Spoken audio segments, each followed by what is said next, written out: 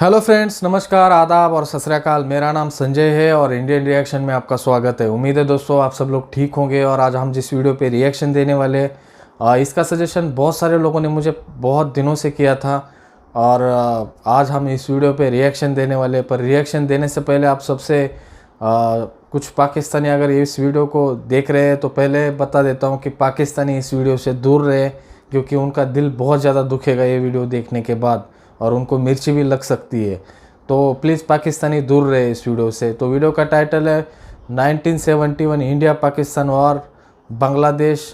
ये वीडियो का टाइटल है। वीडियो खान सर का है। इस ओरिजिनल वीडियो का लिंक आपको डिस्क्रिप्शन बॉक्स में मिल जाएगा। पर वीडियो पे जाने से पहले अगर आपने चैनल को सब्सक्राइब नहीं किया है तो प्लीज़ चैनल को सब्सक्राइब करें, वीडियो को लाइक करें, साथ में बेल आइकन का बटन है उसको प्रेस कर लीजिए। और इंस्टाग्राम का लिंक यहाँ पे आपको मिल जाएगा और डिस्क्रिप्शन में भी मिल जाएगा, आप वहाँ जाके मुझे ज़रूर फॉलो कीजिए। तो पहले वीडियो देख लेते हैं, बातें उसके बाद में कर लेंगे। Let's start. जय हिंद। सबसे पहले एक वार्निंग भैया, पाकिस्तान के लोग इस वीडियो को न देखें तो ही अच्छा है, क्योंकि इस वीडियो में हम बताएंगे कि कैसे हमारे भारत के वीर सिपाहियों ने 2 सैनिकों ने मिलकर पाकिस्तान के 93,000 फौजियों को घुटने टेका दिया था और दुनिया का सबसे बड़ा हार हुआ था और भारत के 2 सैनिक मारे गए थे लोंगेवाला में। हम इस वीडियो में बताएंगे कैसे PNS गाजी को डुबा दिया गया। ये भी बताएंगे कि चाइना पाकिस्तान का इतना बड़ा दोस्त बनता है लेकिन 1971 में क्यों नहीं बचा पाया, ना चाइना बचा पाया और ना ही अमेरिका बचा पाया। इस वीडियो में हम A to Z बातें करेंगे। अगर आप इस वीडियो कंप्लीट देख लेते हैं तो कोई भी पाकिस्तानी की हैसियत नहीं होगी कि आपसे आंखें मिला सके, इसलिए इस वीडियो को देखते रहिएगा। यदि आप राष्ट्रवादी, अगर आप भारतीय हैं तो ही इस वीडियो को देखें। पाकिस्तानी और बाहर के चाइनीज वगैरह लोग इस वीडियो को न देखें, ये उनके लिए एक तरह का वार्निंग है, क्योंकि इसमें हम भारतीय सेना के हर उस वीर गाथा को बताएंगे जो एक हर भारतीय सुनना चाहता है। A to Z उस बातों को बताएंगे। पाकिस्तानी इस वीडियो को क्यों ना देखें तो भैया आप देख लीजिए यहाँ क्यों ना देखें, क्योंकि हम आज चर्चा करने वाले हैं इसकी। और इसका नक्शा किससे मैच करता है आप देख रहे हैं। If you don't believe then go on Google. भाई किससे मैच करता है तो आप तो समझ में आ गया भाई, बुरा नहीं मानिएगा आप लोग। हम ये क्यों कह रहे हैं, क्योंकि हमने एक वीडियो बनाया था कैलाश मानसरोवर के ऊपर लेपुलेख विवाद जो चाइना के साथ हो रहा है। इस वीडियो को फेसबुक पर 55 लाख से ज़्यादा लोगों ने देखा। अलग अलग लोगों ने अपने फेसबुक हैंडल से इसको शेयर किया और नेपाल के लोगों को पता चला कि हाँ भैया, इंडिया नेपाल का रियल पोजीशन क्या है। तो हम आपसे भी यही चाहेंगे कि जिस तरह से आप लोगों ने इस वीडियो को वायरल किया था, 5 मिलियन से ज़्यादा फेसबुक पर फैला दिया था इस चीज़ को, उसी तरह आप लोग पाकिस्तान का जो वीडियो बनाने जा रहे हैं इस वीडियो को भी पूरे तरह इतना वायरल करिए कि पूरे पाकिस्तान के लोगों को पता चले कि भैया उनकी औकात क्या चीज़ है। ध्यान से समझिए, जब भारत पाकिस्तान का विभाजन हुआ तो उसी समय पाकिस्तान 2 भाग में था।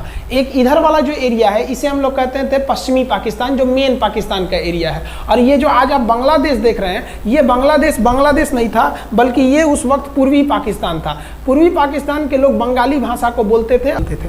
पाकिस्तान के लोग इन लोगों को बड़ा भद्दे मजाक करके बोलते थे, कहते तुम लोग गधे हो, कुछ नहीं जानते हो, किसी काम लायक नहीं हो, यूजलेस हो लोग, तुम लोग छोटे हो, काले हो, मतलब उल्टा सीधा मजाक कर रहे थे। पश्चिमी पाकिस्तान के लोग इधर के लोगों को पसंद नहीं करते थे। हो गया नहले पे दाला 1970 में। 1970 में इस पूर्वी पाकिस्तान के शेख मुजीबुर रहमान चुनाव जीत गए और वो यहाँ के प्रधानमंत्री के पद के चुनाव जीत गए। अब यहाँ की आर्मी ने क्या किया, उनको शपथ ही नहीं दिला रहे थे। इसलिए 70 के चुनाव जीतने के बाद शेख मुजीबुर रहमान जब देखे कि ऐसा है तो उन्होंने अपना भाषण दिया 7 मार्च को और कहा कि अब हम इस पूर्वी पाकिस्तान को एक अलग देश बनाएंगे जिसका नाम रहेगा बांग्लादेश। इस भाषण की वजह से आर्मी ने, पाकिस्तान की आर्मी ने इन्हें 25 मार्च 1971 को गिरफ्तार करके अब पश्चिमी पाकिस्तान में अरेस्ट करके बंदी बनाकर रख दिया और यहाँ पर जुल्म करना चालू कर दिया। कहाँ पर भाई, तो पूर्वी बंगाल में, पूर्वी पाकिस्तान में, पूर्वी बंगाल में नहीं, पूर्वी पाकिस्तान में इन्होंने जुल्म करना चालू कर दिया। शेख मुजीबुर रहमान के गिरफ्तारी के विरोध में यहाँ मुक्ति वाहिनी नाम कर एक विद्रोही गुट तैयार हो गया था।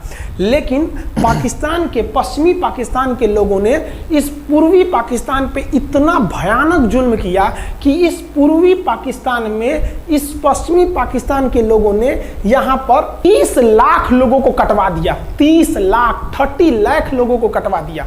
4 लाख महिलाओं का बलात्कार कर दिया।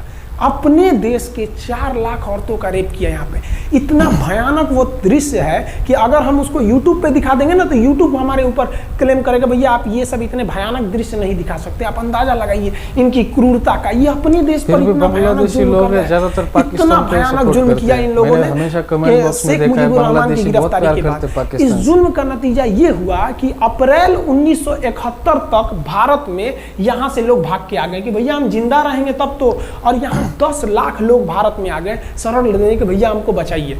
तो इंदिरा गांधी जानती थी कि जब तक यहाँ शांति नहीं होगा तब तक ये लोग वापस नहीं जा सकते थे, और शांति का एक ही था कि यहाँ पे घुस के इनको मारा जाए ताकि ये पश्चिमी पाकिस्तान वाले लोग यहाँ पर सुधर सके। तो इंदिरा गांधी ने इसके लिए बात की जनरल फील्ड मार्शल मानेकशॉ से। उन्होंने सेना प्रमुख मानेकशॉ से कहा, सैम मानेकशॉ से, कि आप अभी युद्ध कीजिए, हम आदेश देते हैं आप अभी युद्ध कीजिए बांग्लादेश पे, हम अपने पड़ोसियों को इस तरह मरते नहीं छोड़ेंगे, आप इस पे हमला कीजिए। उस समय ये पूर्वी पाकिस्तान था। मानेकशॉ ने कहा कि ना हम हमला नहीं करेंगे। कही अरे क्यों? कहा कि आप महीना देख रही हैं, अप्रैल का महीना है, अप्रैल के महीने का मतलब बरसात का दिन सर पे है, और बरसात के समय पूरब का हाल क्या होता है, एकदम भयानक बाढ़ आ जाती है। और उन्होंने एग्जाम्पल भी दिया कि सिकंदर की फौज भी हाथी लेके आई थी और कीचड़ में फंस गई थी कि अगर यहाँ हम लड़ जाते हैं तो यहाँ बरसात रहेगा, हम यहाँ उलझ जाएंगे, ये एरिया सूखा रहेगा, चाइना का ऊपर से एरिया सूखा रहेगा, ये हमला कर देंगे, हमको 3 ओर से लड़ाई लड़ना पड़ेगा। मानेकशॉ ने इंदिरा गांधी से कहा कि आप 2-3 काम कर लीजिए। कब तक के लिए? कि नवंबर तक हम लोग युद्ध नहीं करेंगे, लेकिन अप्रैल से नवंबर के बीच में हम अपने सैनिकों को इस एरिया में लड़ने के लिए ट्रेनिंग दे सकते हैं। मुक्ति वाहिनी उसको हम ट्रेनिंग दे सकते हैं। और इसी में 1971 में हमारी जो थी भारत और रूस की एक समझौता पर हस्ताक्षर हो गया। अब हम लोगों ने पाकिस्तान को एक बारूद के ढेर पर बैठा दिया था। इंतजार था तो इस बात का कि उस बारूद में एक चिंगारी की और तब पाकिस्तान तबाह हो जाता। इत्तेफाक देखिए, उस बारूद के ढेर पर खुद चिंगारी जलाई पाकिस्तान ने। कैसे? तो समझिए कैसे। हम लोग का था कि इधर हम लोग ऑफेंसिव हो जाएंगे, मतलब इधर भयानक हमलावर हो जाएंगे, और इधर हम लोग डिफेंसिव रहेंगे, मतलब इधर कम हमला करेंगे, ताकि हम लोग का मेन मकसद पाकिस्तान से युद्ध नहीं था। हमारा मेन मकसद था हमारे अपने बांग्लादेशी भाइयों पर जो जुल्म हो रहा था, जो उनकी बहनों को रेप हो रहा था, इतना भयानक किया था वहाँ पर पाकिस्तानियों ने कि बाप के सामने बेटी का रेप करते थे, और उसके बाद बाप को मार के कहते थे तू भी रेप कर। इतना मतलब मानवता पूरी खत्म कर दिया गया वहाँ पर। तो भारत ने कहा कि इधर हम डिफेंसिव रहेंगे। पाकिस्तान को ये खबर लग गई कि भारत ना इधर कमज़ोर है। अरे भैया इधर हम कमज़ोर थोड़ी हैं, इधर कम सैनिक रखे हैं और इधर हम भयानक रखे हैं, तो इसका मतलब ये थोड़ी है कि हम कमज़ोर हो जाएंगे। भैया कहा जाता है ना कि सोनार के घर का कचड़ा भी बनिया के बादाम से महंगा बिकता है। देखिए हम लोग ठंडी का इंतजार ही कर रहे थे कि पाकिस्तान ने गलती कर दिया। उसने 3 दिसंबर को अचानक हमला कर दिया श्रीनगर पे, पठानकोट पर, चंडीगढ़ पर, यहाँ पर आगरा हवाई अड्डे पर तबातोड़ हमला कर दिया। एयरफोर्स का इतना भयानक हमला पाकिस्तान का भारत पर हुआ कि भारत देखते रह गया। धड़ धड़ पाकिस्तान की जहाजें एंट्री मार गई सब भारत में, उसकी एयरफोर्स एंट्री कर दी। इतना भयानक हमला था, इतना भयानक कि भारत का एक भी सैनिक नहीं मरा। समझ रहे ना कितना भयानक हमला था। अरे भाई आप यहाँ पर घुस जाएंगे हमारे देश में तो क्या हो जाएगा भैया, मूस मोटैयन लोढ़ा हुईन, हाथी घोड़ा थोड़े हुईन। भारत तो इसी का इंतजार कर रहा था। देहात में कहावत कहा जाता है कि रोए के रानी तले अखिए खुदा गई। भैया हम प्लाने कर रहे थे कि हमला करने के लिए कि आप हमारे पे हमला करिए दीजिए। अब विश्व का भी दबाव नहीं आएगा हमारे ऊपर कि भैया हमला तो आपने किया है, अब हम लोग छोड़ेंगे नहीं। भारत एकदम दृढ़ निश्चय कर लिया। इसी बीच पाकिस्तान को एक खतरनाक खबर लग गई। क्या थी खबर भाई? तो देखिए पाकिस्तान को खबर लगी कि भारत की ज़्यादातर फौज इस पूर्वी पाकिस्तान की ओर डिप्लॉयड है, और यहाँ राजस्थान के जैसलमेर जिला में एक जगह है लोंगेवाला। उस लोंगेवाला में केवल और केवल 120 फौजी हैं, और अगर पाकिस्तान ने सोचा कि 120 फौजियों को हम रातों रात मार देते हैं तो उस समय एयरफोर्स रात में लड़ाई नहीं कर सकती थी, इसलिए इन्होंने लोंगेवाला में एंट्री मार दी। पूरी भयानक टैंक लेकर, फौज लेकर, इन्फेंट्री लेकर, और उसको वो लोग लोंगेवाला में घुसने के लिए चल दिए। और लोंगेवाला में भारत के पास केवल 120 सिपाही थे, केवल 120, और उन पर वो हजारों की संख्या में टूट पड़े। लेकिन घबराना नहीं चाहिए, क्योंकि चींटियां तादाद में कितनी भी क्यों ना हो जाए, गन्ना घसीट के नहीं ले जा सकती हैं। लोंगेवाला में जो ड्यूटी थी उस समय कुलदीप सिंह चांदपुरी जी का, कुलदीप सिंह चांदपुरी सरदार हैं, आप देखे होंगे बॉर्डर मूवी में इनका रोल सनी देओल ने किया है। अब ये कुलदीप सिंह, ये भैया पंजाबी सिख, अब ये लोग 1.25 लाख से नीचे कुछ सोचते ही नहीं है। चिड़िया नू में बाज लड़ावा, गिदड़ नू में शेर बनावा, और 1.25 लाख नू एक लड़ावा, तब गोविंद सिंह नाम रखावा। खबर आया कि आपसे जो लड़ने आ रहे हैं ना पाकिस्तान की ओर से, वो ब्रिगेडियर तारिक मीर आ रहा है। उसके पास टैंक है, 2800 फौज है, और बहुत ही तेज रफ्तार से आ रहा है।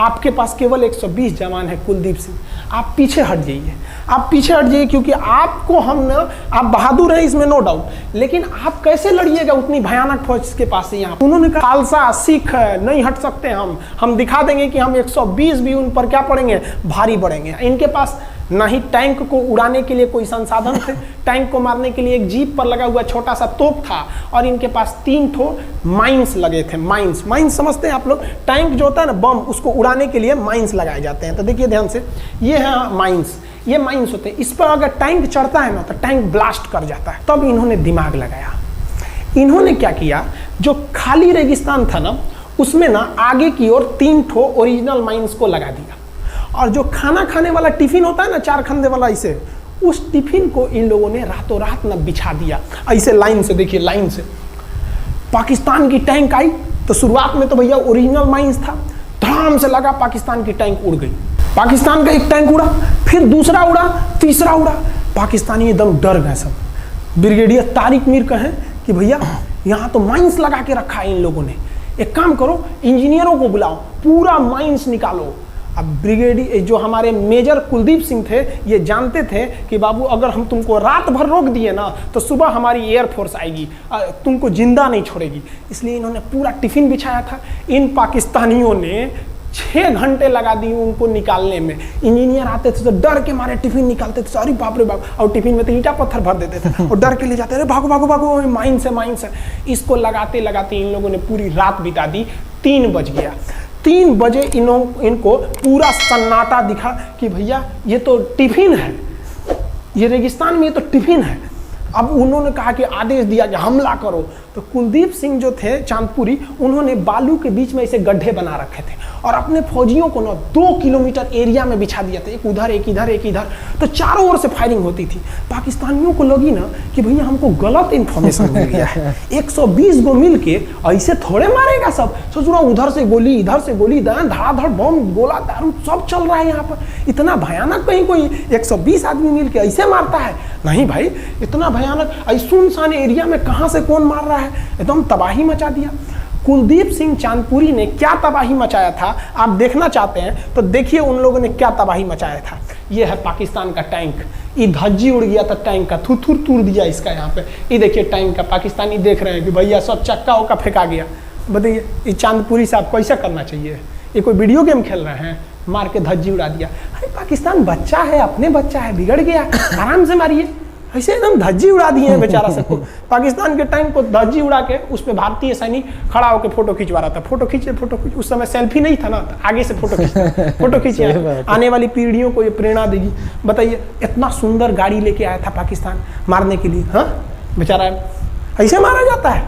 हाँ अरे ब्रिगेड मेजर साहब आप भी बच्चा है, बच्चा को थोड़ा आराम से मारिए। देखिए इसका थोबड़ा बिगाड़ दिया गाड़ी का। ओहो, ऐसे नहीं मारना चाहिए, लेकिन क्या कीजिएगा, बच्चा बिगड़ जाता है तो धोना ही पड़ता है। ये हाल कर दिया रात भर में। सोचिए रात में इतना बुरा मारा, दिन में दिखता तो पूछ डाल रहा पूरा। एकदम भयानक तबाही मचा दिया मेजर कुलदीप सिंह चांदपुरी ने। इनके आगे कौन खड़े थे? ब्रिगेडियर पाकिस्तान के ब्रिगेडियर साहब को कहने लगी भैया ये तो बहुत बुरा मार रहा है सब। तब तक हो गया सुबह, और सुबह के वक्त हमारे जो हंटर जहाज थे, उस समय जो जहाजें थी वो हंटर जहाज थी। ये हंटर जहाजें रात में नहीं उड़ सकती थी, लेकिन दिन में उड़ सकती थी। रात भर तक कुलदीप सिंह चांदपुरी ने ऐसा कूचा पाकिस्तानियों को, इतना कूच दिया कि भोर हुआ तो बाकी का कसर पूरा कर दिया हमारे हंटर विमानों ने। ये हंटर विमान जब आए सब तो इतना भयानक तबाही मचाए सब पाकिस्तान के जहाज़ों का कि आप हुलिया देखेंगे ना, पाकिस्तान के टैंक का ऐसे पड़ गया। ये सब टैंक पूरा तबाह हो गए हैं, सब पूरी तरह ध्वस्त हो गया इतनी भयानक युद्ध में। 3 तारीख को पाकिस्तान ने हमले की शुरुआत की और ये 4 तारीख का शकल देखिए पाकिस्तान का। इतना भयानक धज्जी उड़ा दिया पाकिस्तान का जिसका कोई हद नहीं।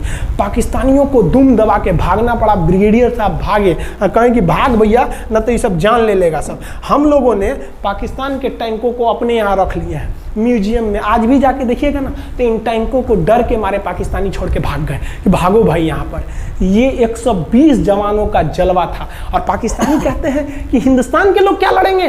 अरे भैया हम चीन पे वीडियो बनाए थे, आप पे नहीं बनाए थे, जो आप लोग हम लोग को बोल रहे थे कि पाकिस्तान हिंदुस्तानियों की औकात नहीं। देखिए अभी हम आपको औकात दिखाते हैं आपकी। ये आपका टैंक है, आके ले जाइए, हिम्मत है तो लेके जाके दिखाइए यहाँ पर। हाल तो ये हो गया था ना कि हम लोगों ने जो पाकिस्तानियों की जान ली थी ना, डर के मारे वो लाश उठाने नहीं आए थे, लाश को गिद्ध खा गए थे सब। हम लोग बोल रहे थे कि भैया हम गोली नहीं चलाएंगे, लाश लेके चल जाओ। हम नहीं जाएंगे, तुम लोग रेगिस्तान को कब्रिस्तान बना दिए हो। रेगिस्तान को कब्रिस्तान हम लोग हमला करने आए थे, शुरुआत तो तुमने किया था यहाँ पे। तो ये गिद्ध खाए थे सब, सफाई उफाई का काम ये किए थे सब। अब पाकिस्तान हम लोग को धमकी देता है। आज भी वो नहीं सुधरे हैं। आज भी हमने जो चाइना पे वीडियो बनाया था उस पर वो हमको धमकी देता है कि भारत की आर्मी कुछ नहीं कर सकती। अरे भैया आप सोचिएगा भी मत, अभी के समय में तो मत सोचिएगा। जानते हैं क्यों? देख लीजिए इधर अभी कौन बैठा है भारत में, समझ में आ रहा है? आप लोग तो पहले पाकिस्तान वाले लोग इस बात पर रिसर्च कीजिए कि इनमें ज्यादा खतरनाक कौन है आपके लिए। हमको तो यही ज्यादा खतरनाक लगता है भाई। समझ में आया आप लोग? तो अभी देखिए ध्यान से, यहाँ पर पाकिस्तान ने जो हार हुई थी लोंगेवाला में, ये हार में पाकिस्तान की तो कमर टूटी और पाकिस्तान का पूरा मनोबल टूट गया कि ससुरा 120 वो मिल के ऐसे कैसे धो दिया सब। बताइए इतना भयानक धोया जाता है। तो ये शुरुआत तो इन्होंने किया 3 तारीख को, 4 तारीख को हमने धो दिया। अब बचा नेवी। नेवी कही कि भैया आर्मी को मौका दिए, एयरफोर्स को मौका दिए। रात में आर्मी धोई, सुबह में एयरफोर्स धोई, हम नहीं धोएंगे क्या? हम भी धोएंगे। नेवी कब पहुंची? 5 दिसंबर 1971 को कराची पहुंच गई। और कराची में जब पहुंची ना तो कराची को तबाह कर दिया। इतना भयानक बम्बार्डमेंट किया कराची पर कि कई दिन तक कराची बंदरगाह पर आग लगा था। और कराची बंदरगाह को तो उन्होंने ऐसा धज्जी उड़ाया जिसे लग रहा था सिंधु सभ्यता बना दिया उनको। तो पाकिस्तान की, पश्चिमी पाकिस्तान का कमर टूट गया। पाकिस्तान वालों ने कहा कि ससुरा सब बोल रहा था कि हम इधर डिफेंसिव है, यानी ज़्यादा हमला नहीं करेंगे, ज़्यादा हमला इधर करेंगे। ससुरा इधर कैसे मार रहा होगा सब, अभी इधर भी बताते हैं कैसे मारा सब। ये कराची पहुंच गया। आप देखेंगे क्या हाल किया था सब कराची पे। कराची में जब मारा गया था ना इन पाकिस्तानियों को, तो ये पाकिस्तानी भाग गए थे सब ग्वादर में। ये ग्वादर भाग गए। अभी इनसे ग्वादर भी जाने वाला है, पूरा राज्य चला जाएगा इनसे, बलूचिस्तान। छुप के गए थे लोग ग्वादर बंदरगाह पे। अगर हम झूठ बोल रहे हो तो आप खुद पता कीजिएगा अपने यहाँ के इतिहास में भाई। हिंदुस्तान ये ग्वादर बंदरगाह पे छुप गए थे सब। आप देखिए कराची का क्या हाल हुआ था उस समय। हमारे एयर नेवी ने क्या हाल किया था। पाकिस्तान का जितना जहाज बस मिल जाए कि भैया ये जहाज किसका है, तो भैया जब पता चले कि भैया ये जहाज पाकिस्तान का, ये हाल हो जा रहा था जहाज का। यहाँ देख लीजिए इनका पूरा नेवी ने कराची का जो पोर्ट है उनका, उसको काम करने लायक ही नहीं छोड़ा था। उसके बाद पाकिस्तान इंडिया की नेवी ने भी हद कर दिया। बताइए इस तरह मारा बैठ गया था, मतलब किसी काम का नहीं रहा। पूरा का पूरा धज्जी उड़ा दिया इन लोगों को। अरे भाई बच्चा है, बिगड़ गया है तो थोड़ा सा आराम से न मारिएगा। कि देख रहे हैं इस तरह से मारा पूरा पाकिस्तान के। कराची बंदरगाह उड़ गया। तो पाकिस्तान का तो इधर से तो पूरा का पूरा धज्जी उड़ा दिया। अभी शुरुआत हुए युद्ध के केवल 2 दिन हुए हैं। आप दिल थाम के रखिए, अभी युद्ध लंबा चलने वाला है। 3 दिसंबर को स्टार्ट किए, 4 दिसंबर को हम लोग लोंगेवाला धो दिए, अब 5 दिसंबर को कराची। अब पाकिस्तान ने ना भारतीयों को तबाह करने के लिए, भारत का सबसे खतरनाक जहाज था INS विक्रांत। INS विक्रांत को बर्बाद करने के लिए ना इसने यहाँ से भेज दिया INS PNS गाजी को। गाजी एक पनडुब्बी थी, उसको आदेश दिया गया कि जाके मार के आओ। किसको? विक्रांत को। क्योंकि अगर विक्रांत जहाज डूब जाता तो वाकई उस समय हमको युद्ध जीतने में बहुत दिक्कत आ जाती। तो ये गाजी कैसे डूबा, इसको हम लोग एगो खराब जहाज से मार दिए। तो अब इधर समझते हैं कि जब उधर इतना भयानक धोए तो इधर कितना बुरा धोए होंगे, इसको बारे में हम लोग समझते हैं। भारतीय सेना अब पूरब की ओर क्या क्या काम की, इसको ध्यान से समझिए। ये मुक्ति वाहिनी जो थी बांग्लादेश की, वो अंदर ही पाकिस्तानी फौजियों को मार रही थी गली कुची में दौड़ा दौड़ा के। क्योंकि इन पाकिस्तानी फौजियों ने वहां पर रेप किया, मर्डर किया। और इनका साथ दे रही थी इधर से हमारी इंडियन आर्मी और ऊपर से हमारा एयरफोर्स। ये तबाह कर दिए थे, इनको भागने के लिए भी जगह नहीं था। और इसी में इनका सबसे बड़ा सरदर्द बन गया था इंडियन नेवी, क्योंकि इनको जो मदद थी, देखिए ये पूर्वी पाकिस्तान है, इनको मदद जब भी मिलेगी तो इधर से ही मिलेगा। अब बताइए, यहाँ से तो कोई जाएगा नहीं, बेवकूफ़ भी नहीं होगा जो इधर से मदद करने जाएगा, रास्ते में ही एयरफोर्स मार के गिरा देती थी, ट्रक वगैरह जाएगा नहीं, तो नेवी से ये इन लोग मदद देते थे। भैया यहाँ पे जो इनके फौजी लड़ रहे थे उनको खाना पीना भी खत्म हो गया था। अब इनको बर्बाद कर दिया भारत। आईएनएस विक्रांत, आईएनएस विक्रांत उस समय का बहुत बड़ा जहाज था इस साउथ एशिया के देशों का, और यहाँ से उस इतना बड़ा जहाज था कि उसके ऊपर से लड़ाकू जहाजें उड़ती थी।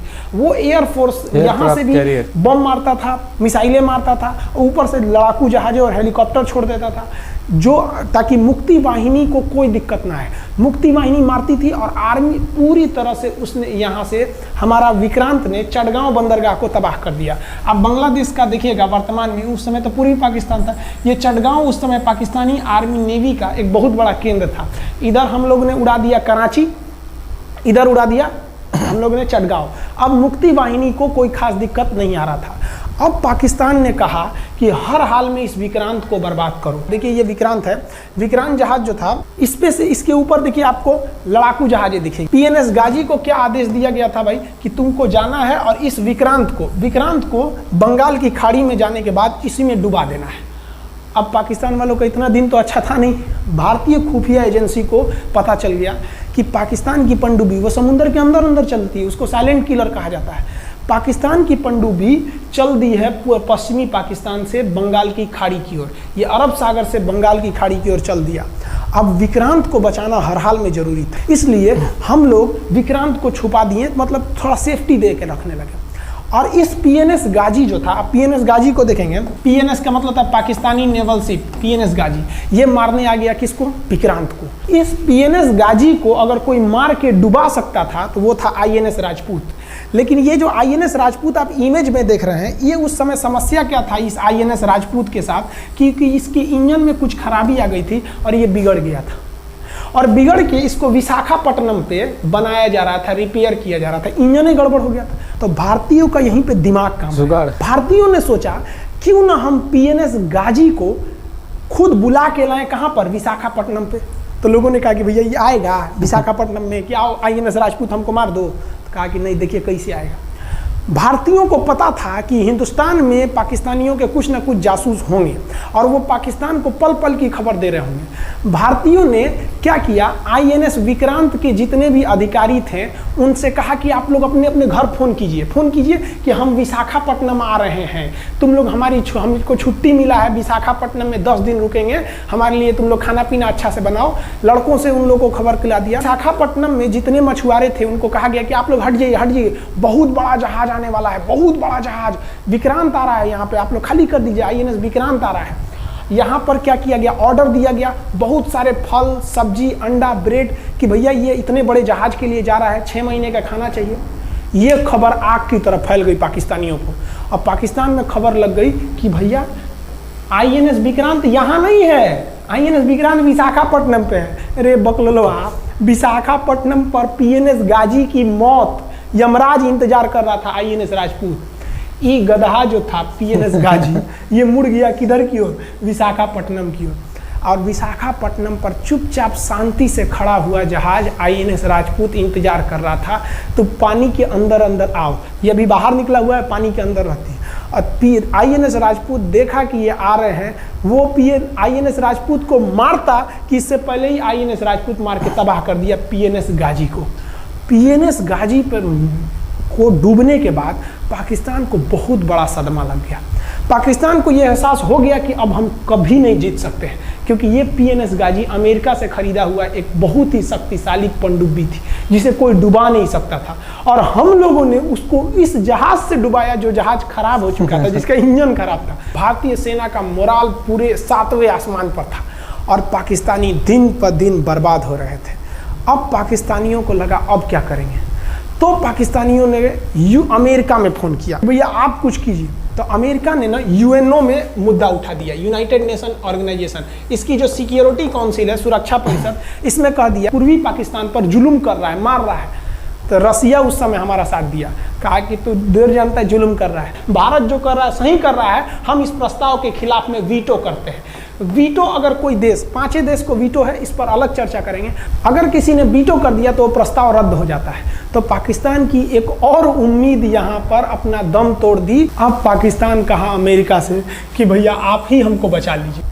तो अमेरिका ना पाकिस्तान की ओर से भारत पर हमला करने के लिए अपना सबसे खतरनाक जहाज भेज दिया, 7वां बेड़ा। देखेंगे 7वां बेड़ा को, अगर इतना भयानक था 7वां बेड़ा, ये अमेरिका का साथ अकेले चलता ही नहीं था, इतनी पूरी फौज के साथ, नेवी के साथ चलता था। ये किस लिए आया था? विक्रांत को डुबाने के लिए, और इसका साइज विक्रांत से डबल था, इसके आगे विक्रांत नहीं टिक पाता। अब इंदिरा गांधी भी टेंशन में रह गई ले। तब उस समय इंदिरा गांधी को याद आया कि भैया हमारा एक और तो हम समझौता करके आए हैं, अगर अमेरिका पाकिस्तान का साथ दे सकता है तो रूस से हम भी तो समझौता करके आए हैं। तो भारत ने रूस को कहा कि भैया अमेरिका इतना भयानक 7वां बेड़ा भेज दिया, आप हमारी मदद कीजिए। तो रूस ने कहा टेंशन क्या लेते हो, देखो हम बोलते हैं। रूस ने परमाणु पनडुब्बी भेज दी और रूस ने अपना 40वां बेड़ा भेज दिया। आप देखेंगे ये रूस का 40वां बेड़ा है, ये अपने भारी भरकम जहाजों के पूरे ग्रुप के साथ चल दिया, कहा कि चल भैया देखते तुमको कौन मारेगा भारत को। और अमेरिका को सीधा कह दिया कि भैया विक्रांत पर अगर आपने हमला किया तो ये हमला हम रूस पर हमला मान लेंगे। यहाँ पर खड़ा था भारत का विक्रांत और उसकी सपोर्ट में खड़ा था रूस का 40वां बेड़ा। और रूस ने यमन से अपनी एयरफोर्स को भी कह दिया था कि भैया तुम भारत की देखभाल करना। तो भारत की सुरक्षा के लिए इतने लोग, और अमेरिका अपना 7वां बेड़ा लेके यहाँ मुंह देख रहा था, और ब्रिटेन ने भी अपने ईगल नाम के बेड़ा को भी भेज दिया था। तो ये 2 लोग हमारे खिलाफ आ गए थे लड़ने के लिए। कितना, अब बताइए, हम लोग बांग्लादेश की भलाई सोच रहे थे, और अमेरिका का 7वां बेड़ा और रूस का ब्रिटेन का ईगल हम लोग के खिलाफ था, और हमारा अपना विक्रांत और रूस की एयरफोर्स और उसकी 40वां बेड़ा हमारे साथ थी। ये पूरी तरह से बाउंड्री बना दिया था 40वां बेड़ा। 40वां बेड़ा का कहना था कि भैया हमारे जहाज पर ऑटोमेटिक मिसाइल लगी है, तुम अगर इधर आओगे तो हम मार देंगे तुमको ऐसे ही। रूस ने अपनी सारी पनडुब्बियों को ऊपर उठा दिया, समुद्र के ऊपर, ताकि सैटेलाइट से और दूसरी निगरानी से देखा जा सके, और यही हुआ भी। वो लोग रूस के इतने खतरनाक जहाज़ों के ग्रुप को देखकर घबरा गए, इतना घबरा गए कि ब्रिटेन ने कहा था we are too late. Britain का ईगल बेड़ा अमेरिका के 7वां बेड़ा से कर रहा है कि रे उधर मत जो, बहुत देर हो गया है, वो पहले पहुंच गया है रूस, अब मारेगा वहीं तबाह हो जाओगे यहाँ पे। तो 7वां बेड़ा ने धमकी दिया कि हमारे जहाज में परमाणु बम लदे हुए हैं। तो 40वां बेड़ा ने रिप्लाई किया था कि हम भी जब चले थे ना तो परमाणु बम लादे के चले थे, और गिनती जब कर रहे थे तो हम भी गिनती किए थे, 250 हमारे पास भी परमाणु बम था, लेकिन इतना ज्यादा था कि सोचे कि कौन गिनेगा, बाद में गिनेंगे, आ जाओ देखते हैं किसके पास कितना है। तो रूस ने हमसे सच्ची दोस्ती निभाई थी, और इधर शेख मुजीबुर रहमान की जो मुक्ति वाहिनी थी वो अपना काम कर रही थी। अब भारत आर पार की लड़ाई में था, पाकिस्तान हर मोर्चे पर हारते जा रहा था। भारत सरकार ने पाकिस्तान पर मनोवैज्ञानिक दबाव बनाने के लिए निर्मलजीत सिंह अरोड़ा ने एक प्लान बनाया। उन्होंने एयरफोर्स को पूर्वी पाकिस्तान, यानी जो अभी बांग्लादेश है, तो ढाका के ऊपर एयर ड्रॉप करा दिया, हवाई जहाज से सैनिकों को उतार दिया, और उन सैनिकों के भेष में उसमें सैनिक कम थे, और उसमें केवल पुतलों को नीचे उतारा गया था। ये केवल इंडियन आर्मी जान रही थी कि पुतला नीचे उतरा है सर, लेकिन मीडिया ने तो इसको खबर को आग की तरह फैला दिया। और इसमें हम धन्यवाद देना चाहेंगे हाथ जोड़कर BBC न्यूज का। और BBC ने ये हमेशा भारत के कि खिलाफ इंडियन रहता है, एयरफोर्स ने ढाका पर 5000 एयर ड्रॉप करा दिया फौजियों को। अब ये गली गली खोज खोज के पाकिस्तानी फौजियों को मारेंगे कि तुम क्यों मार रहे हो हमारे बांग्लादेशी भाइयों को। और बांग्लादेश की मुक्ति वाहिनी वैसे ही उनके पीछे पड़ी हुई थी पाकिस्तानियों के। अब पाकिस्तानियों का पूरा मनोबल टूट गया, पाकिस्तानी गली गली छुप गए सब। सोचिए, ये पुतला से डर जा रहे थे सब, रियलिटी में ये फौजी नहीं थे, ये पुतला गिराया गया था एयर ड्रॉप करके। अब वो लोग डर के मारे भाग गया यहाँ पर। अब एयरफोर्स ने देखा कि उसकी एक छोटे से वैज्ञानिक दबाव का इतना खतरनाक असर पड़ा है। एयरफोर्स ने कहा कि अब एक काम करते हैं, अब आर पार को अब ठोक डालते हैं पाकिस्तान को, अब जो होगा सो देखा जाएगा। एयरफोर्स ने बांग्लादेश के जो गवर्नर थे उनके घर पे हमला कर दिया। अब वो घर में नहीं थे, वो तो बच गए। बचने के बाद डर क्या होता है, देखिए डर डर किसको कहा जाता है? जो उनके गवर्नर हाउस थे AH मलिक, इन्होंने त्याग पत्र दे दिया। भैया जिंदगी रहेगी तो बहुते नौकरी करेंगे, डर के मारे त्याग पत्र दे दिया। सोचिए गवर्नर, क्योंकि पाकिस्तान का एक राज्य ही तो था पूर्वी पाकिस्तान। जैसे हमारा एक राज्य है उत्तर प्रदेश, बिहार, महाराष्ट्र, वहाँ पे भी गवर्नर होते हैं ना, संवैधानिक हिसाब से गवर्नर मालिक होता है उस जगह का। त्याग पत्र दे दिए। सोचिए ये डर था उनके अंदर। निर्मलजीत सिंह अरोड़ा जो लेफ्टिनेंट जनरल थे, जनरल तो हमारे मानिक शाह थे, लेफ्टिनेंट जनरल थे जिन्हें बांग्लादेश जीतने की जिम्मेदारी दी गई थी, मतलब उसे सुरक्षा करने की जिम्मेदारी दी गई थी। वो पाकिस्तान के लेफ्टिनेंट जनरल नियाजी से बात किए और उन्हें कहे कि हम आपको आधा घंटा का टाइम देते हैं और आप इस आधा घंटा में विचार कीजिए आप सरेंडर करते हैं कि नहीं। अगर आप सरेंडर कर देंगे तो हम आपको गारंटी देते हैं कि आपके सैनिकों को जिंदा रखा जाएगा, और अगर आप हमारी बात को नहीं मानेंगे, देखिए गवर्नर साहब का घर है, कोई ठीक नहीं है, आपके घर पे भी यही हो जाएगा। क्योंकि अगर आप हमारे सामने सरेंडर नहीं करिएगा तो याद रखिए हम अपने हमले को 10 गुना और तेज कर देंगे। और हाथ तो आप चारों ओर से गए हैं। भारत चाहता था कि जल्दी से जल्दी इस युद्ध को खत्म किया जाए, क्योंकि अब ये अंतर्राष्ट्रीय मैटर हो चुका था। अब अमेरिका अपना नाक पे ले लिया था कि भैया हमारा जहाज मार के गिरा दिया। अब PNS गाजी उसी की पनडुब्बी थी, वो तो पाकिस्तान को दिया। 7वां बेड़ा को नहीं घुसने दिया, तो अमेरिका की किरकिरी हो रही थी। ब्रिटेन के ईगल को घुसने नहीं दिया, उसकी किरकिरी हो रही थी। और भारत को उस समय लोग कहते कि ये गरीब देश है, अभी आज़ाद हुआ है। 1971 में हमारी यही हाल थी और सारे लोग कह रहे थे ससुरा हम उसको गरीब समझ रहे थे, रुआ के रख दिया अमेरिका को, हर जगह धो दिया पाकिस्तान को। अब बेचारे नियाजी क्या कर सके। नियाजी को आधे घंटे का टाइम दिया गया। 16 दिसंबर 1971, याद रखिएगा दिन, 16 दिसंबर 1971। ये हमारे इतिहास का 13 दिन के युद्ध में हमने पाकिस्तान को धूल चटा दिया था, क्योंकि 3 दिसंबर को पाकिस्तान ने युद्ध स्टार्ट किया था और 16 दिसंबर को हम लोगों ने जनरल नियाजी से आत्मसमर्पण करवा लिया। और आत्मसमर्पण आप देखना चाहेंगे जनरल नियाजी का। जनरल नियाजी इन्होंने हमारे लेफ्टिनेंट जनरल निर्मलजीत सिंह अरोड़ा के सामने आत्मसमर्पण साइन किया, और साइन करने के बाद बांग्लादेश के ढाका रेस कोर्स में इन्होंने साइन किया और इनकी आंखों में आंसू था। एक देश के सेनापति के लिए इससे शर्म की बात क्या है, जो गिनीज बुक में नाम रिकॉर्ड करा दिया। गिनीज बुक में कैसे? देखिए पाकिस्तान के लोग हम चाइना के वीडियो बनाए थे, उस पर कमेंट कर रहे थे कि इंडियन आर्मी कुछ नहीं कर सकती। देखो बांग्लादेश तुम्हारी बहादुरी का जीता जागता उदाहरण है।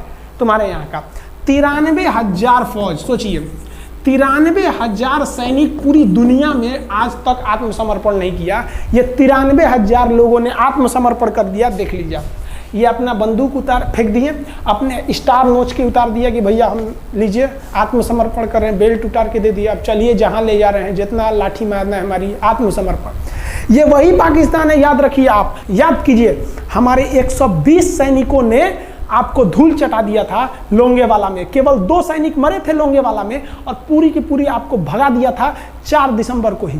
और आप याद कीजिए, बहुत बहादुर बनते हैं ना, 93,000 फौज आपकी हार के गई है यहाँ से। इतना बड़ा हार दुनिया में आज तक कहीं का नहीं हुआ है। 93,000 सैनिक सरेंडर करके गए हैं भारत के सामने से। क्या बात कीजिएगा आप हमारे सामने। तो ये है, गिनीज बुक में नाम है। ये तो है भैया पाकिस्तान की आर्मी, एक तरह से गिनीज बुक में नाम है ना जी। भले हारने से नाम है तो क्या हुआ, पाकिस्तान के लिए इससे खुशी की बात क्या हो सकती है कि भैया गिनीज बुक के नाम है। अब इन लोगों को जेल में बंद कर दिया गया। बाद में हम लोगों ने इन्हें छोड़ भी दिया था। और इस सरेंडर के बाद बांग्लादेश के जो मुक्ति वाहिनी थी उसके चेहरे पर ये मुस्कान थी कि बांग्लादेश अब स्वतंत्र हो गया। ढाका इंदिरा गांधी का स्टेटमेंट था, ढाका स्वतंत्र राजधानी है स्वतंत्र बांग्लादेश की। ये खुशी थी बांग्लादेशियों के चेहरे पर, जिनकी बहनों की इज्जत आबरू लूट ली गई थी उन्हीं देश के फौजियों के द्वारा। जिनके ये जो नियाजी थे, जब इन्हें लेफ्टिनेंट गवर्नर बना के भेजा गया था बांग्लादेश में, तो ये नहीं पूछे थे कि बांग्लादेश का स्थिति क्या है। ये पूछे थे कि जिन लड़कियों का रेप हुआ है वो कहाँ है, सब दिखाओ तो, मतलब ये भी जाके करेंगे। ये हाल था। ये इनके चेहरे पर मुस्कुराहट थी। बाद फिर मुजीबुर रहमान को पाकिस्तान से स्वतंत्र कराया गया। भारत ने जो अपना वादा किया था कि शेख मुजीबुर रहमान को स्वतंत्र करेंगे, बांग्लादेश को स्वतंत्रता दिलाएंगे, उनके अधिकारों के लिए लड़ेंगे, भारत ने अपने वादा को पूरा किया। आज शेख मुजीबुर रहमान की बेटी शेख हसीना बांग्लादेश की कमान संभाले हुई हैं। शेख हसीना, जब हमको याद है जब वो भारत आई थी तो एयरपोर्ट पे, तो मोदी जी एयरपोर्ट पर रिसीव करने गए थे, जबकि ऐसा नहीं होता है। शायद ही बांग्लादेश की प्रधानमंत्री को पूरी दुनिया में कोई बड़े देश का राष्ट्रपति रिसीव करने जाए, प्रधानमंत्री रिसीव करने जाए, तो भारत अपने पड़ोसियों का इतना ख्याल रखता है, चाहे वो नेपाल हो, भूटान हो, सबके साथ। अभी हाल फिलहाल में नेपाल के लोग थोड़ा गुस्सा हैं लिम्पियाधुरा काला पानी को लेके, लेकिन ऐसा नहीं है कि हमारा नेपाल के साथ कोई खराब रिश्ता है। हमारा नेपाल के साथ रोटी और बेटी का रिश्ता है। बांग्लादेशियों के साथ हमारा बहुत ही अच्छा संबंध रहा है। आज हमारे बांग्लादेश के साथ बहुत ही मधुर संबंध है। और बांग्लादेश को जो पाकिस्तान के लोग कहते थे ये किसी काम लायक नहीं है, ये वाले भाई लोग पाकिस्तान से आगे निकल गए। आज इनका मलमल का कपड़ा, जूट और पाम ऑयल पूरी दुनिया में फेमस है। जहाज़ों की मरम्मत में, मतलब जहाज के रिपेयरिंग में बहुत आगे निकले हैं बांग्लादेश के लोग। आई होप आप समझ गए होंगे। इस युद्ध के बाद अगर भारत चाहता तो भारत पाकिस्तान के पश्चिमी भाग को भी कब्जा कर लेता, क्योंकि यहाँ तो हम लोग हराए ही थे। उनके 93,000 फौज तो हम लोग जिंदा पकड़ लिए थे। हम उन्हीं को कह देते बंदूक लगा कि कश्मीर खाली करो, हमारा यहाँ से वापस जाओ। लेकिन बावजूद हमने इंसानियत दिखाई थी पाकिस्तान के ऊपर। इसका बदला ये पाकिस्तान ने हमें क्या दिया पता है? 26/11 हम संसद भवन पर अटैक, तो कभी अमृतसर में अटैक, कभी मुंबई में बम ब्लास्ट, कभी 26/11 का हमला, ये सब हुआ। हम चाहते तो उस वक्त भी जीत सकते थे। ये पाकिस्तान वाले आप जो कहते हैं कि हम बहुत बहादुर हैं, भारतीय सेना हमारा क्या कर सकती है, तो भारतीय सेना की रहमो करम पर आप लोग जिंदा थे, वरना 1972 में ये जो सेना थी ना 71 में, आप लोग को कहीं का नहीं छोड़ती। आप हिंदुस्तान के व्यूवर्स आप लोगों से भी कहते हैं कि एक लाइक तो बनता है इस सैनिकों के लिए, हमारे लिए नहीं, हमारे इस चैनल के लिए। कभी नहीं कहेंगे कि Khan GS research centre channel को आप सब्सक्राइब करिए, लाइक करिए, हम ये कभी नहीं कहते हैं। लेकिन हम ये जरूर कहते हैं कि आज एक लाइक बनता है हमारे इन वीर सिपाहियों के लिए जो आज भी सेना के लिए डटे हुए हैं। और ये पाकिस्तान इस पर कमेंट करते हैं। हम आप भारतीयों से कहते हैं, आप हिंदुस्तानी हैं तो इस वीडियो को जितना से ज़्यादा शेयर करना है आप शेयर कीजिए, ताकि आपके बच्चों तक को ये पता चल सके कि हमारे सैनिक कितने बहादुरी हैं, कितने बहादुरी से लड़े थे हमारे सैनिक, कितने बहादुर हैं। और इस वीडियो को आप इतना शेयर कीजिए कि पाकिस्तान तक पहुंचे और वहाँ का बच्चा इस वीडियो को देखे, ताकि उनके अंदर भारतीय सेना का जो डर है वो बैठे। ये डर जरूरी है उनके अंदर, ये डर उनकी हड्डियों तक जाना चाहिए। आप इस वीडियो को देख रहे हैं तो इसे पाकिस्तान तक पहुंचाइए, पूरी दुनिया में पहुंचाइए कि हमारे वीर सिपाही कितनी बहादुरी से लड़े थे। और हाँ, कोई भी देश के हो, हर देश को अपने सैनिकों के लिए सम्मान करना चाहिए। हम ये कोई मनगढ़ंत कहानी नहीं बताएं, हम अपने सैनिकों की वीर गाथा बताएं जो A to Z अक्षरशः सही चीजें हैं। समझ में आया? आप इस वीडियो को देख रहे हैं तो मेरे साथ बोलिए आप लोग, भारत माता की जय। पाकिस्तान के युद्ध का जो हम सीरीज बना रहे हैं, आज 71 का युद्ध बढ़ाएं। हम आपको कल 1948 का युद्ध बता देंगे, 65 की लड़ाई में वीर अब्दुल हमीद ने जो बहादुरी दिखाई, फिर आपको हम 84 का सियाचिन, 99 का करगिल और 62 की चाइना युद्ध के बारे में भी बता देंगे। याद रखिएगा, चाइनीज और पाकिस्तानी इस वीडियो को डिसलाइक जरूर करेंगे, आप उन पर भारी पड़िएगा। ये वीडियो आप संभाल के रखिएगा, अपनी पीढ़ियों को दिखाइएगा कि हमारी सेना कितनी बहादुर थी। एक सैल्यूट हम अपने वीर जवानों के लिए। जय हिंद। हम बहुत ही सौभाग्यशाली हैं जो ऊपर वाले ने हमें हिंदुस्तानी बनाया। I proud to be. तो फ्रेंड्स, ये था वीडियो। जिस अंदाज ने खान सर ने जिस अंदाज में उन्होंने समझाया पूरा जो 71 का वॉर था और पाकिस्तानी की औकात निकाली सच में, और पाकिस्तान का ये अपना बोया हुआ था जो उन्होंने काटा। बांग्लादेशी लोग पाकिस्तान के साथ खुश थे, पर उन्होंने पाकिस्तानियों को कभी वो मान सम्मान नहीं दिया, हमेशा पाकिस्तान को सेकंड सिटीज़न समझा। और जब मुजीबुर रहमान चुन के आए और पीएम बनने वाले थे पाकिस्तान के, तो उनको एक्सेप्ट नहीं किया। उनको ऐसा लगता था कि ये काले भद्दे लोग हैं और ये क्या हमारा लीडर ऐसा हो सकता है। तो ये गोरे चिट्टे 6.5 फुट के लंबे पाकिस्तानी, उनको बांग्लादेशी मतलब पसंद नहीं आते थे। और जब उनका प्राइम मिनिस्टर कोई बांग्लादेशी बने, वो उनको एक्सेप्ट नहीं था आर्मी को। और जो पाकिस्तान के बड़े पॉलिटिशियन थे उनको ये कभी भी एक्सेप्ट नहीं था। और उसमें सबसे बड़ा घी में पूरा आग में घी डालने का काम किया उर्दू और बांग्लादेशी लैंग्वेज ने। जो पाकिस्तान के वर्ल्ड लीडर थे जिन्होंने भारत से पार्टीशन करके बांग्लादेश और पाकिस्तान, एक बड़ा पाकिस्तान मांगा था और बन गया था, उन्होंने बांग्लादेश में जाके ढाका में खड़े होकर कहा कि आप बंगाली भाषा को त्याग के उर्दू भाषा को अपनाएं। तो किसी की भी मदर लैंग्वेज होती है वो किसी अपने रिलीजन से कम नहीं होती है। तो बंगालियों को वो एक्सेप्ट नहीं था और फोर्सफुली पाकिस्तान में जो बांग्लादेश है वहाँ पे उर्दू लैंग्वेज को अप्लाई करना और उनके ऊपर थोपना स्टार्ट किया। तो वहाँ से पूरा पाकिस्तान में पहले चिंगारी लग चुकी थी और दूसरी चिंगारी जब लगी तो मुजीबुर रहमान को उन्होंने शपथ नहीं लेने दी प्राइम मिनिस्टर पद की। और उसके बाद जो वहाँ पे उन्होंने किया वो सारी दुनिया जानती है और खान सर ने बताया। और फिर भी उन्होंने जो पाकिस्तान अभी जो रियल पाकिस्तान है वहाँ के लोगों को इतना कह सकते हैं कि उल्लू बनाया पाकिस्तानी आर्मी ने और वहाँ की लीडरशिप ने।